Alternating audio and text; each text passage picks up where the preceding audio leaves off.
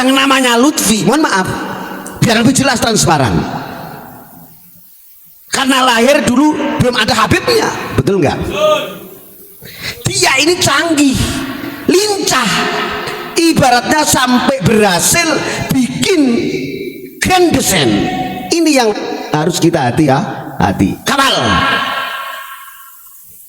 dia ini sudah di puncak sebagai one team press. Kita tidur ini, kita tidur dengan leluasanya, dengan kokohnya, dengan hebat melangkahnya, mampu mengganti makam-makam leluhur kita. Yang salah siapa? Kalau benar bagus, tapi kalau salah, nah ini yang harus kita hati dan waspada.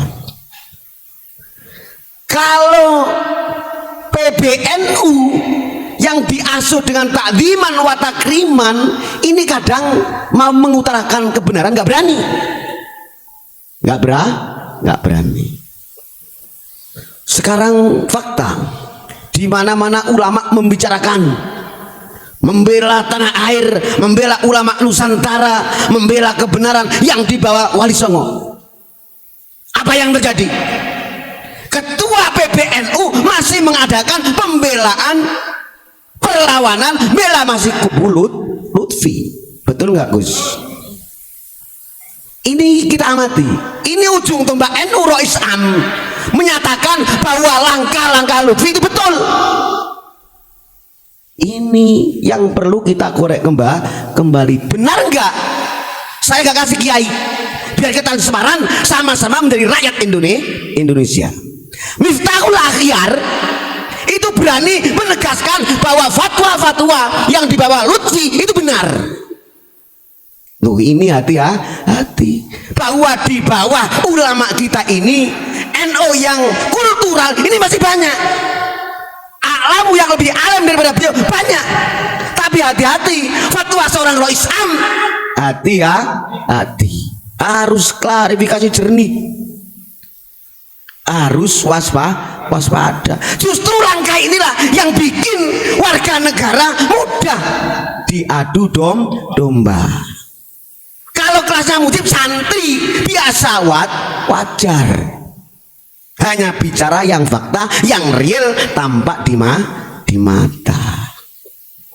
Mohon maaf, kalau beliau Rosam Kiai Haji Miftahul Akhyar, tolong jangan sekali-kali mudah ambil fatwa di publik, karena antum di ujung tombak PBNU.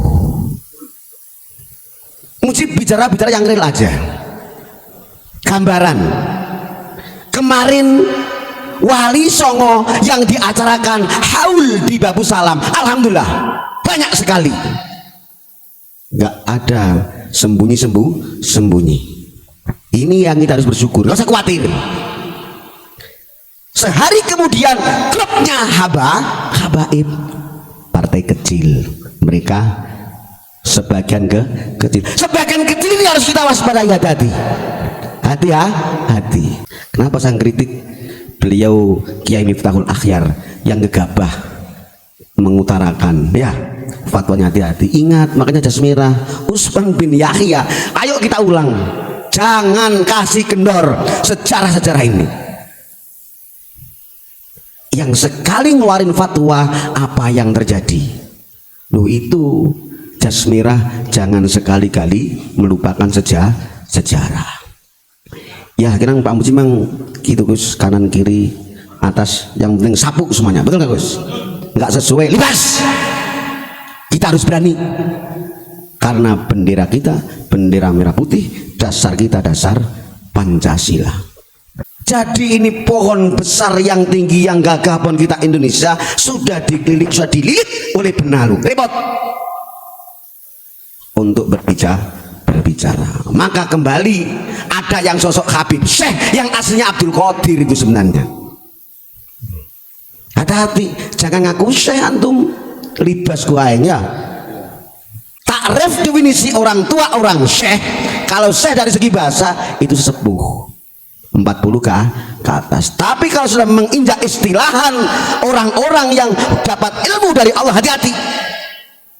Jangan ngumbar nama Habib Syekh. Lu cuti Dul Qadir dulu. Jangan grand design pakai Habib sendiri. Kelihatan langkah grand designnya untuk menghabibkan dari Sabang sampai Merauke, untuk memba'alawikan dari Sabang sampai Merauke. Hebat. Hebat. Caranya kita menendang, caranya kita menggalau, tetap ilmunya Syekh, orangnya para sesepuh yang tidak ngegapa.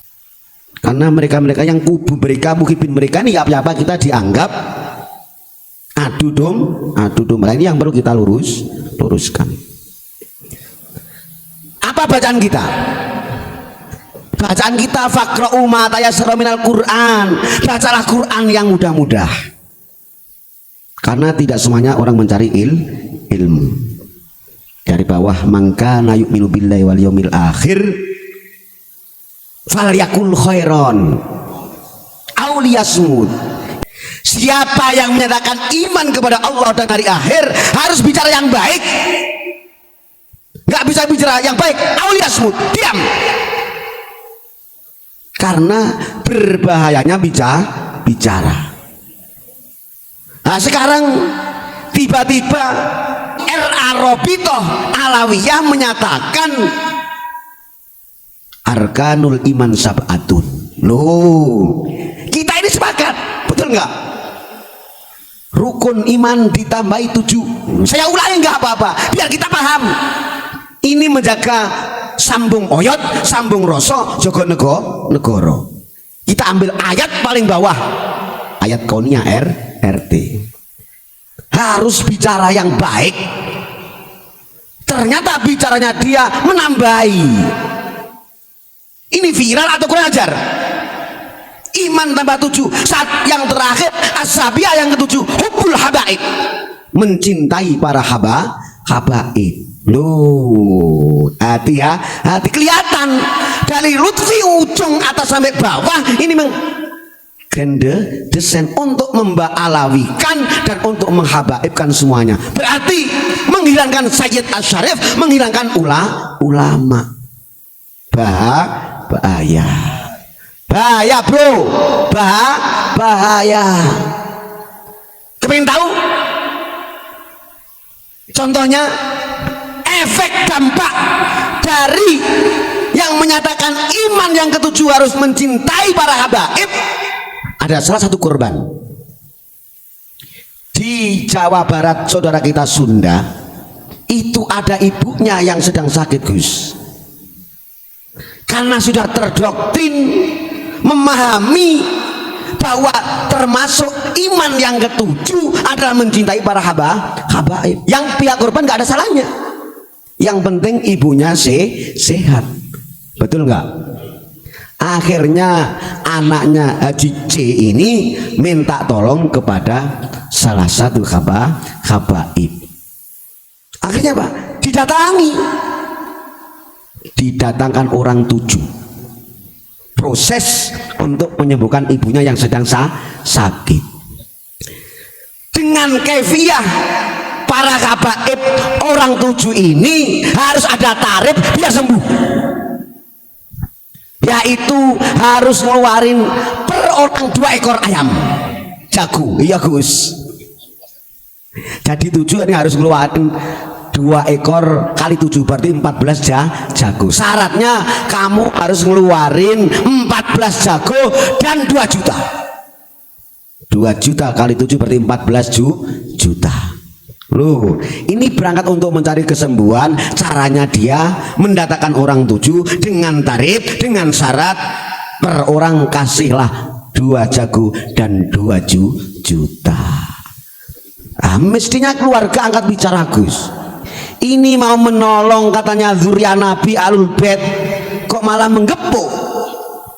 Ini mau ngasih pertolongan atau nipu? Ini mau mendoakan atau mau merampas? Kalau kita kerja di pasar wajar itu cari duit. Ini bigonya mereka habaib yang katanya zuriat Nabi, tapi kok nempeleng umat. Akhirnya dengan saran para habaib tersebut, Artinya nggak mau kalah. Pokoknya kalau kamu ngeluarin 2 ayam berarti 14 ayam dan 14 juta, kalau mati masuk surga. Itu Gus, ini kelanjutan konsekuensi bahwa cinta habaib ini iman yang ketujuh. Ini hanya satu contoh korban dari saudara kita yang ada di Jawa Barat. Makanya tolong cek saudaraku di medsos, YouTube semuanya dicek. Apa kata mereka habaib? Jelas itu namanya grand design untuk membodohkan kita secara kompak, mau atas maupun bawah. Bahkan yang paling gila, makam-makam diganti. Ini Gus, mohon maaf. Ini saya barusan mendapat kiriman saudara kita yang ada di Saudi. Loh. Kalem bro, kalem. Kita bukan apa-apa. Kita ini barusan dapat kiriman dari beliau Akhinafillah yang ada di Saudi. Ini orang Jawa atau orang Indonesia?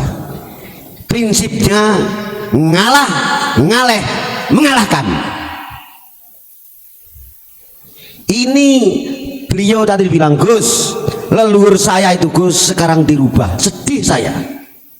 Satu, Mbah Kiai Wali dirubah menjadi Al Habib Husain bin Yahya. Loh. 2, Mbah Kiai Wali Al Habib Utsman bin Yahya. Loh, dirubah gitu Gus. 3, Mbah Kiai Selomanik yang makamnya di Kaliwiro Wonosobo. 4, Raden Sutodrono dirubah Al Habib Umar bin Abdurrahim Basyaiban. Ini beraninya grand design, baik yang masih hidup maupun yang sudah meninggal, semuanya disabu habis. Harus menjadi Pahlawi, harus menjadi habaib. Maka nggak salah kalau dari 100 habaib yang menyatakan bahwa Indonesia sekarang milik Yaman.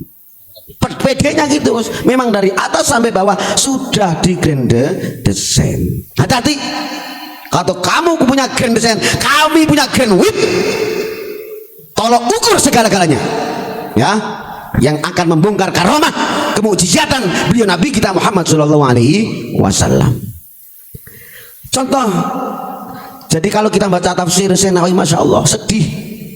Ini peristiwa kul in kuntum tuhibbunallah, Muhammad sampaikan, jikalau kalian mencintai Allah, fattabi'uni, ikuti saya. Ini gara-gara hakil Yahud, orang Yahudi.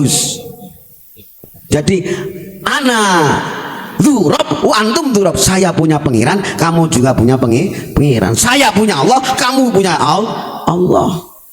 Tapi Muhammad Nabi kita Shallallahu Alaihi Wasallam tetap dituntun oleh Allah Subhanahu Wa Taala. Kalau mereka pegangan al-Yahud betul punya Allah, Nabi kita dituntun fattabi'uni, Yahud ikutilah saya. Jadi dari mulai Muhammad dan Yahudi waktu itu di Madinah sudah selalu ngadu argumen. Yahudi bukan Nabi, yang Nabi adalah bapaknya Yakub. Betul Gus. Nah, ini yang perlu kita ingat-ingat. Kalau kemarin Gus Abbas menyatakan genetiknya Pahlawi adalah genetik orang-orang Yahudi, itu yang perlu kita waspadai. Ayo cari jalur Sayyid dan Asyarif. Sayyid dari beliau Kanjeng Sunan Ampel, Syarif yaitu beliau jalur beliau Kanjeng Sunan Gunung Jati, Syarif Hidayatullah. Hati-hati, ayo kita semangat jaga dari ujung Kanjeng Sunan Gunung Jati sampai ke ujung lagi Kanjeng Sunan Ampel. Jaga kita bersama, jangan sampai kalah. Ini berangkat demi menjaga keutuhan NKRI Indonesia Maju.